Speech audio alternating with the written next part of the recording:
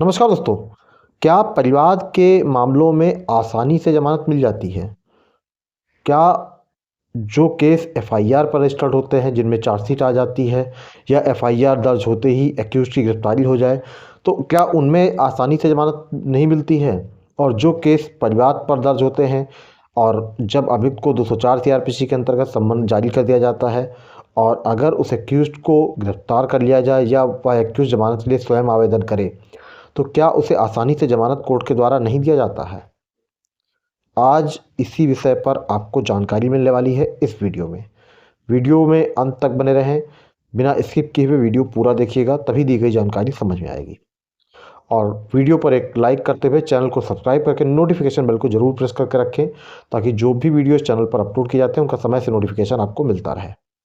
Friends, कोई भी case दो तरह से दर्ज करवाया जा सकता है। पहला तो ये कि एफआईआर दर्ज हो जाए, सीधे थाने पर दर्ज हो जाए या 156(3) सीआरपीसी से दर्ज हो जाए।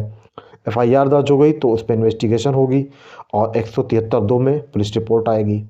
अगर कोई केस कंप्लेंट पर इंस्टीट्यूट होता है, परिवाद पर दर्ज होता है, तो भाई परिवाद पर दर्ज होने पर परिवाद की प्रक्रिया जो है वह लागू होती है और इसके बाद चलिए समन एक्यूज़्ड को तलब किया जाता है। अगर पर्याप्त आधार मिलते हैं कि हाँ एक्यूज़्ड को तलब किया जाना चाहिए, जो प्रपोज्ड एक्यूज़्ड है उसे अब तलब किया जाना चाहिए, तो कोर्ट 204 सीआरपीसी में इसको प्रोसेस करती है, आदेश जारी करती है और आदेश लेकर उस व्यक्ति को तलब कर लेती है। तो जब भी ऐसे व्यक्ति की तलबी होती है परिवाद केस में, तो उसे अगर वह उस आदेश को चैलेंज करता है, कोई रेमेडी नहीं मिलती है, तो भाई जमानत के लिए आवेदन करना पड़ेगा। और जमानत के लिए जब आवेदन किया जाएगा तो क्या आसानी से उसे ज़मानत मिल जाएगी? क्योंकि केस कंप्लेंट केस है, परिवाद है, इसलिए? फ्रेंड्स, ऐसा बिल्कुल भी नहीं है। ग्रेविटी ऑफ ऑफेंस हर जगह देखी जाती है कि अपराध कितना गंभीर है, कितना जघन्य है। जमानत के संबंध में जो प्रावधान है वर्तमान कानून दंड प्रक्रिया संहिता 1973 में, वह धारा 436 से लेके 439 तक है। 436 में जो भी सामान्य जमानत के प्रावधान है, मजिस्ट्रेट कोर्ट के द्वारा जमानत के प्रावधान हैं, जो जमानती ऑफेंस है उनमें ऑलरेडी जमानत दी जाती है। और 437 में ऐसे मामलों में जो अजमानतीय प्रकृति के हैं, लेकिन उनमें जमानत कब दी जा सकती है, विशेष उपबंध किए गए विशेष प्रोविजंस हैं। 438 सीआरपीसी में एंटीसिपेटरी बेल का प्रोविज़न है, जो कि दोनों प्रकार के केसों में, जैसे कि कोई केस अगर मान लीजिए एफआईआर पर रजिस्टर्ड हुआ है, पुलिस रिपोर्ट उसमें आती है, या कोई केस कंप्लेंट पर परिवाद पर दर्ज किया गया है, दोनों ही केस पर अप्लीकेबल है। दोनों ही तरह के जो भी मामले हैं, इनमें आप एंटीसिपेटरी बेल के लिए आवेदन कर सकते हैं।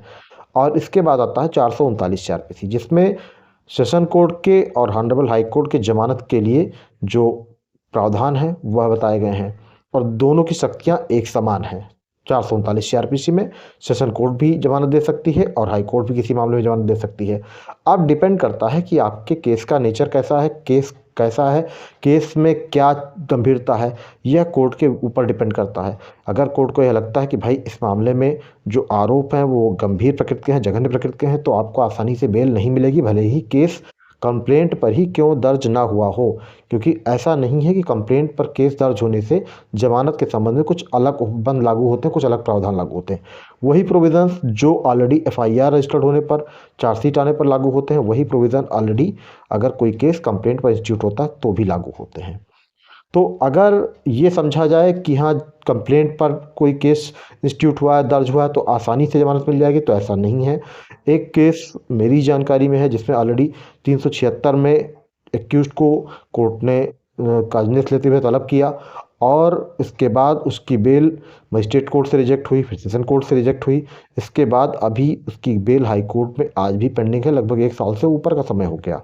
एक पर्सन जो है वो कंप्लेंट केस में तलब किया जाने के बाद साल भर से अभी तक ऊपर हो चुका, उसकी ज़मानत नहीं हो पाई। तो ये नहीं कह सकते हैं कि अगर कोई केस कंप्लेंट पर इंस्टीट्यूट होता है, दर्ज होता है, तलबी आदेश हो जाता है, तो उसमें आसानी से बेल मिल जाएगी।